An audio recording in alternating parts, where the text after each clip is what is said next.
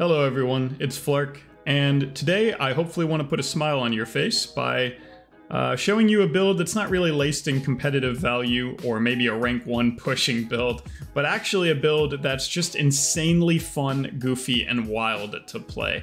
This is without question the most ridiculous concoction of synergies and setups that DK has had.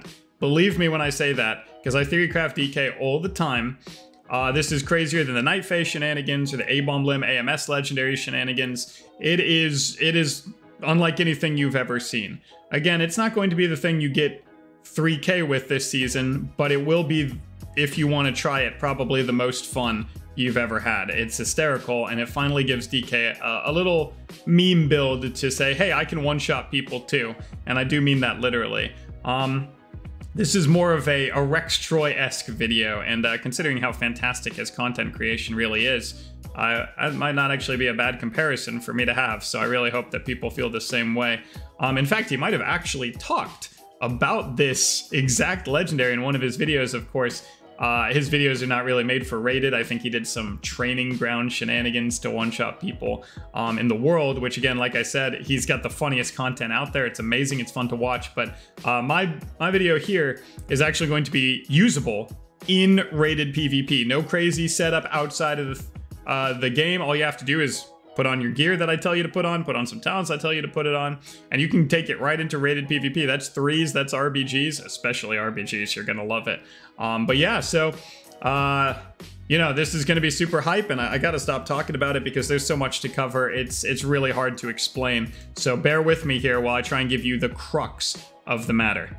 This is the legendary right here that I think he's talked about, and now I will too. This is the Insatiable Hunger legendary. What is that? It's Unity for Venthyr DK. I know, Venthyr. We're getting crazy already.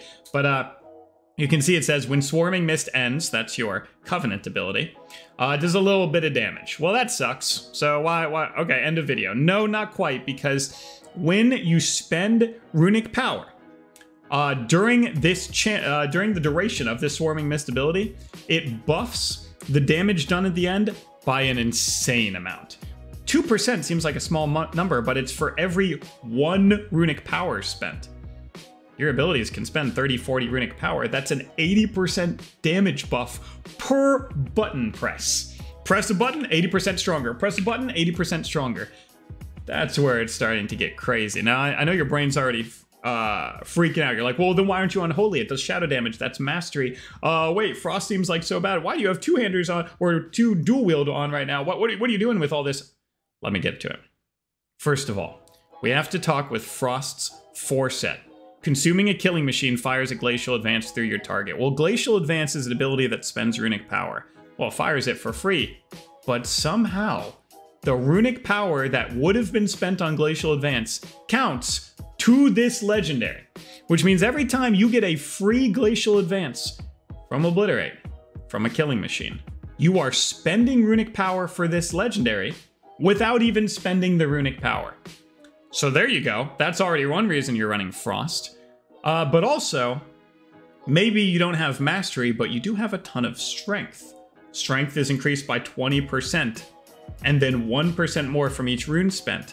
But Obliterate costs runes, which means you're buffing up your strength for the big burst to do more damage. But you're also spending runic power for the more burst to do more damage this way. So every time you press Obliterate, you're getting more strength for a higher burst, and a runic, every time it's a killing machine version, you get runic power spent for more burst. But as you see on my bars, we can go deeper, because the runic power you're spending from this glacial advance is not actually draining it in your resource bar. So you can still spend the other globals actually spending runic power. So if you put on a runic power drainer like Breath of Sindragosa, and then you spend runic power while this is spending runic power, frost striking while Breath of Sindragosa is going, that's generally a big no-no, but you can channel so much spent runic power into this legendary. Kaboom. That's what you're gonna get. You're gonna get a kaboom. That's what's gonna happen. So, let's talk about all the talents, the gearing, and the conduits you need to make this work. and let me show you a little example in real time so you can get a little hyped over. Maybe this could be something you actually feel like trying and memeing around with your friends, or even taking it to the next level. First of all, Icy Talons. Why? Because again, that Glacial Advance that you spend from your 4 set procs Icy Talons, and you're going to be spending a ton of runic power anyway, so this will be maxed out. And your melee attack speed determines how many killing machines you're going to get. And remember, because of this 4 set, you really need killing machines. That's really good. Murderous Efficiency is just getting killing machines that's going to give you runes, allowing you to spend more runes, allowing you to keep up generating power and generating strength and generating more killing machines. So Murderous Efficiency, you can just put this in here to get a big burst of resource generation. Like, it's a lot of resource generation in a short period of time. This row doesn't really matter, but Blind, you know, keeps them all in place and slows them and pseudos them if you want to press, but you probably won't be pressing.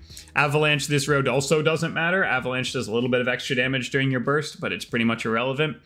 Wraith Walk would probably be fair if you want to get out of a route while you're doing this breath go. But also it puts you into Wraith Walk, and you can't do anything during that, so it's probably bad. I just have Pact in case I'm dying, but I don't want to press Death Strike. I want to keep doing whatever I'm doing. I just press Pact and keep going since it's off the global. So Gathering Storm is actually pretty valuable. It can get a second Dead of Winter stun during this entire go, and of course you're channeling so much runes into it, it's going to have a huge duration. And stunning them is really important, right? Because it stuns them in your explosion. So the Gathering Storm with Dead of Winter combo, extremely important. And then of course Breath. I'm going to show you how the Breath works in a example, of course.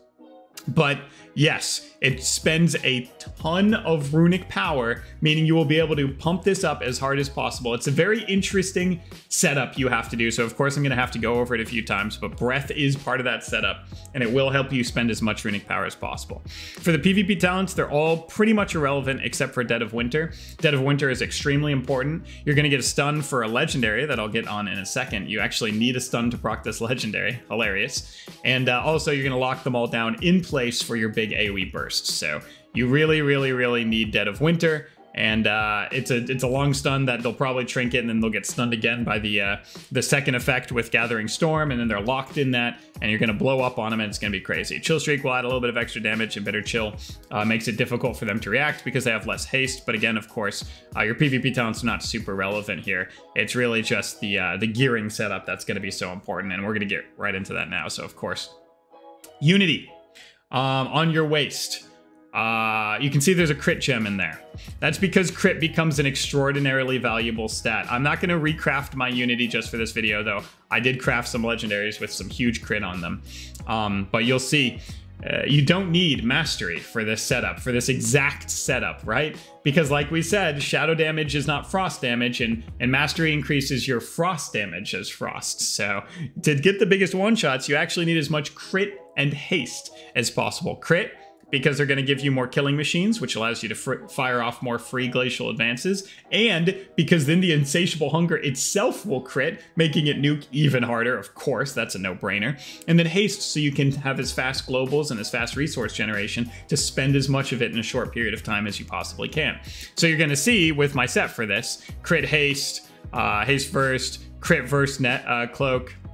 We got the crit mastery carapace. We've got some haste verse crit here. Of course, we've got crit verse one-handers.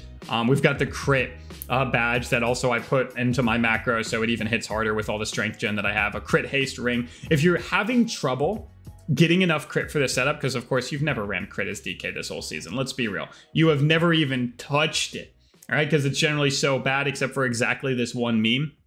A good way to get some crit for this setup is to run the Deadly Sinver Ring, of course, right? This is one that you can have crit main stat on, and it comes equipped with a socket, and you can enchant it with crit. So that's crit gem, crit enchant, crit main stat, and that's this one item is going to give you like 7%. That's going to get you, you're like, oh, how am I going to get all this crit? This one item is actually going to start getting you there, so make sure you buy this one item. But I know, as I was going through stuff, you saw some wacky things. Sephuz's Proclamation with crit haste and a crit gem. What the heck is this? Well, there's not a lot of good frost legendaries for this. You can think of like some runic power gen, but we already have more than enough. Well, what about Kultiras? It makes your obliterates that you're spamming do more damage. Yeah, but that's not what we're trying to build for. Obliterate's not going to do anything compared to the nuclear bomb that you're enlisting in this build, right? And then the rune generation from Colterius, again, you don't need it. I've already built you all the runic generation you'll ever need with the talents right here. Believe me, when I show you, you don't need it. So instead, Sephuz. When you apply a loss of control effect to an enemy, you get all your secondary stats by 80 for 15 seconds. Well, that's crit and haste, which are extremely important, and also verse, which just makes you do more damage. So 3 out of the 4 stats it gives you are extraordinarily valuable for this exact setup. So might as well equip it, because you're gonna be stunning them, like I promised, with Dead of Winter in the beginning. And it lasts 15 seconds, so your whole setup. So right when your Remorseless Winter stun goes off, you get even more haste, even more crit, even more verse for an even bigger nuke. It's actually really good for this. And of course, since you're probably crafting it for the first time, because I don't think you've run Sephuz this season, I bet, you just put crit haste on it, and those are your perfect stats, socket it.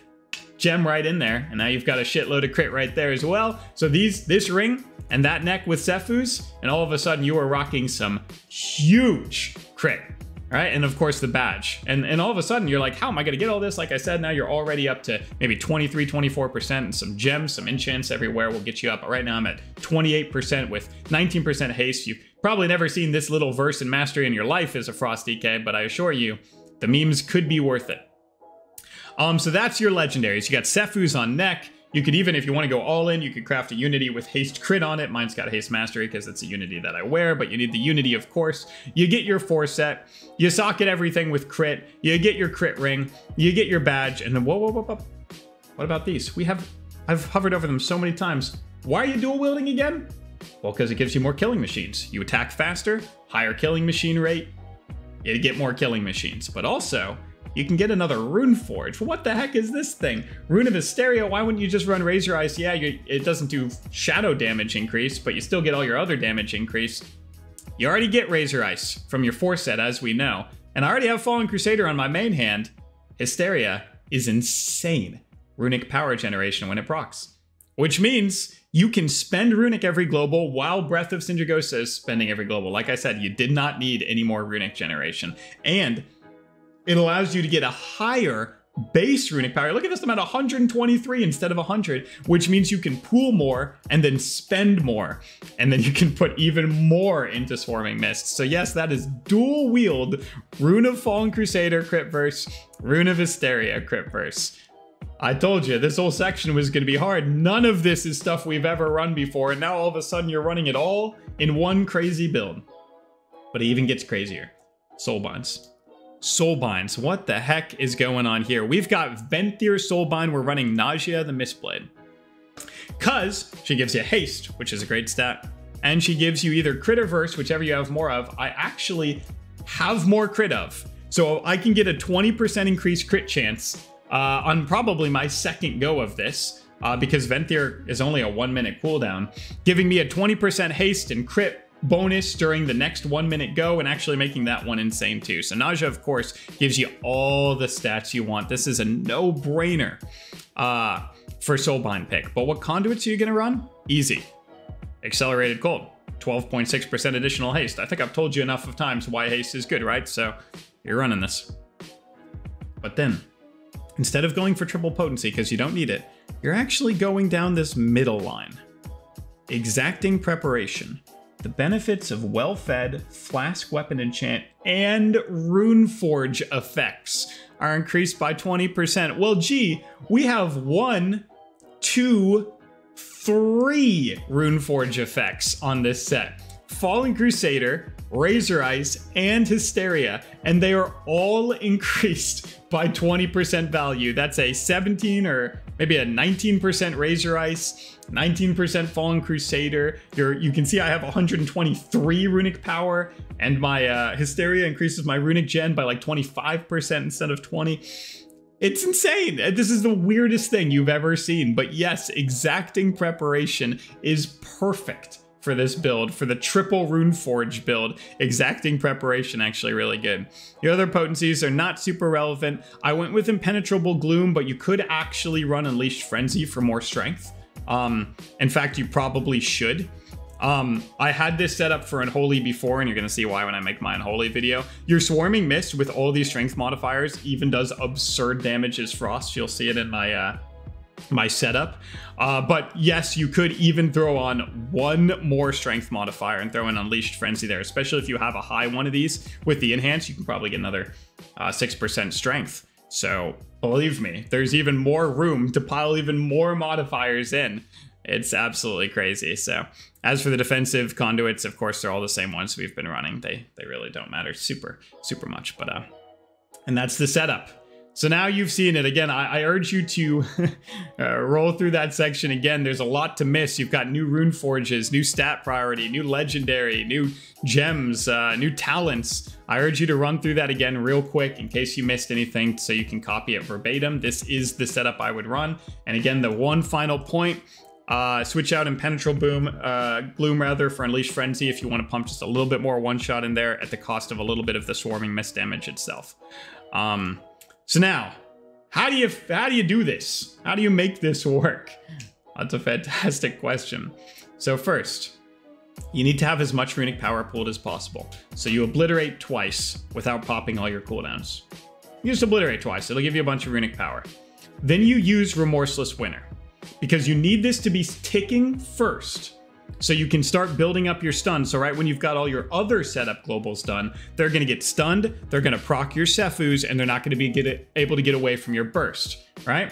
So obliterate, generate runic, then remorseless, then breath, swarming mist, pillar. And what you need to do is every time you get a killing machine proc, spend it on obliterate. But you need, whenever you're starting to cap on runic power, even with breath going, which you will do, you have to double spend frost strikes. So your runic will drop from breath, then it'll drop even more from a frost strike, then even more from a frost strike, and then you'll go right back to spending killing machines to build it back up so your breath doesn't run out, but you actually got to spend your runic power faster than if you were just letting breath do it. I know, complicated. This is what it looks like. So I would Chains of Ice my target. I would walk in there. I would obliterate again, remorseless. I would pop everything. And then we spam the dam. We runic. We got another proc. We runic. Look how my runic stayed pretty good. Let's see how much we got on an interesting attempt here. We got a 26k non-crit. So we'll do that one more time as I explain a few more things. If that crits, and it does crit a lot, you will get a 52k AoE ability. You can see how much did it hit for? It was my top damage, right? Overall, it hit for 80,000 on these dummies. If it crits, you're talking 150k plus. So what I have to do now is show you a little example here of it working in an RBG, of course, and also all the things that you can do to make it even funnier. Because like, you're thinking that's a lot of modifiers, but can you actually make this more of a Rextroy-esque one-shot? Yes. And this is how. Other classes can buff you. Let me name a few. Feral has crit buff, more crit chance. Warrior, attack power buff, more damage there. The banner buff, not super useful, because again, your mastery isn't relevant. You'll do more damage overall, but it's not relevant to the one-shot. DH, magic damage increase. This does magic damage. There's more damage from DH Chaos Brand, right? Chaotic Imprint, shadow damage version of that. Would be hilarious if you got it. That's another damage buff right there. You have Necrotic Aura from an Unholy DK, a fellow DK friend, that's 8% more magic damage. PI from a Priest, that makes you spend more runic power because your haste is higher. Dark Arc from a Priest, that just makes you do more damage overall. You're seeing where I'm getting with this, it's absolutely insane, right? You can just find every modifier, pump them into an RBG, and have the time of your life. Or you can find a couple modifiers, put them into threes, like DH, DK, Priest, have the time of your life in a meme threes. But now that my cooldowns are back up, we can do that because I knew I was going to have to do this multiple times anyway because it's such a complicated, bizarre opener that's based on a tiny short period of just like situational choices. Like, okay, I have runic power, but I have a killing machine proc. Okay, I should spend some runic power quick, then get a killing machine proc off it. Very difficult. So again, chains, obliterate once, obliterate twice, remorse, get that going. Boom. Oh, we got a killing machine proc right off the bat. We're going to spend that runic. We're going to spend that runic again. Spend more, spend more, spend more. Get obliterate in there. Oh, and it blows up. 4, 55,000 damage. 55,000 damage. This one nuke hit for 164k. It is AoE. Imagine if you got two people stacked in a stun, hits them both. It'll be a little less because of verse, but not much less. There's no PvP modifiers on this. You hit them both for all of this silly breath dam. And look, I told you, I promised Swarming Mist would be high up there. Swarming Mist dam, even some obliterates in there. But then they get both hit for 55k at the same time. And if your partner, maybe your Demon Hunter is doing his meta go, and he gets him to 60k health, 60k health is not hard to get somebody to. It's still 70% health, right? Very funny. But now let me show you one example. This is going to be different than my general gameplay examples. I'm actually doing a little VOD review because believe me, this build is so silly. It needs a little bit of VOD review content. But let me show you one example of this working. All right, guys, what you've been waiting for, gameplay footage, and as I promised, it is in rated PvP. This is rated Battlegrounds. Of course, you're gonna find something a little silly about my comp. What do I have here? Well, I have a warrior for attack power buff. I have an Unholy DK for Necrotic Aura buff and A-Bomb Limb. I have a Shaman for Sky Fury buff. I have a Feral Druid for crit buff. I have a BM Hunter for Heroism PvP talent that they can give to give me a haste buff. DH for Chaos Brand magic damage buff and Chaotic Imprint. And then I have a Disc for Dark Arc and PI buffs. And then I have a Mistweaver for Revival on their go, so we take no magic damage and be immune to all CC. So I am pretty built for this. Of course, you will find your own concoctions if you can to make the most perfect setup that you can, but let's take a look at how this works. So, I'm going to run into their team.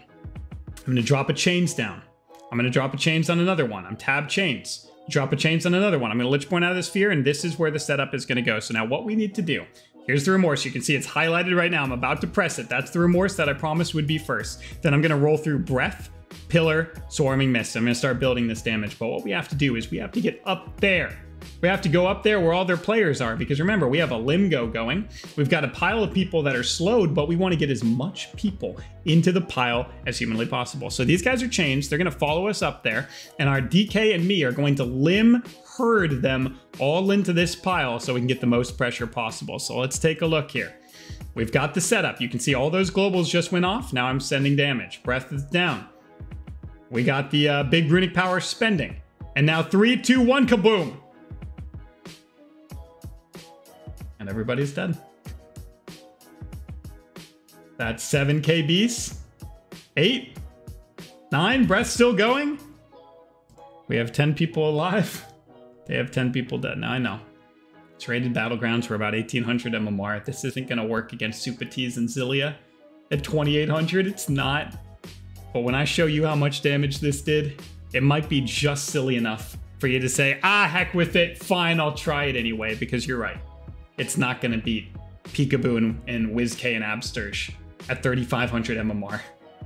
And no, it wasn't the most, I mean, A-Bomb Limb can almost do the same thing, but can A-Bomb Limb give you a meter that is about to look like the one I show you? Because as I'm freaking out here, yes, I'm screaming right now in Chord. I hover over. First, I take a look at KB, 7-0, 650k damage, but then I hover over and, oh no. 99,000 damage from an ability that AoEs everybody. The whole press was 347,000 damage from one button, and it hit everybody from 50k to 100k. Yeah, it's a rated Battleground. Yeah, I have every buff in the game, but hey, sometimes it might be time to have a little fun, right? Imagine you and your friends trying to concoct some perfect setup of buffs for your fun little DK, and everybody trying to figure out how they can set up this go like this. Okay, you stun him here. All right, we're all gonna revival. Make sure you get the grip. Now we get this grip. Pull them all in. Oh my God, they all blew up. It's fun. It really is fun, and 99,000 damage is without question the hardest I've ever hit anybody, let alone 7 people at the same time. It wasn't even stacks. This is the opener of the game. They didn't have 500 stacks, taking 2 billion% more damage. This was the first team fight. You can see it by the scoreboard up top. And now 4 orbs run into middle. These guys were a good sport. It looks like they didn't want to play the rest of that out. I can understand that must have been infuriating. For the first time, I wasn't even saying anything negative. I was actually just so elated that my team was able to get the setup off that I was like, thank you guys, great job, oh my god, great job, I can't believe we got it off. I was freaking out the whole time.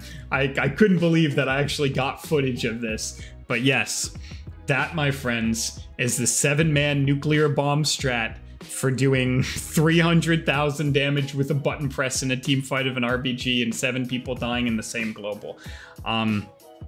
If this is at all interesting to you, I really hope you guys give it a try.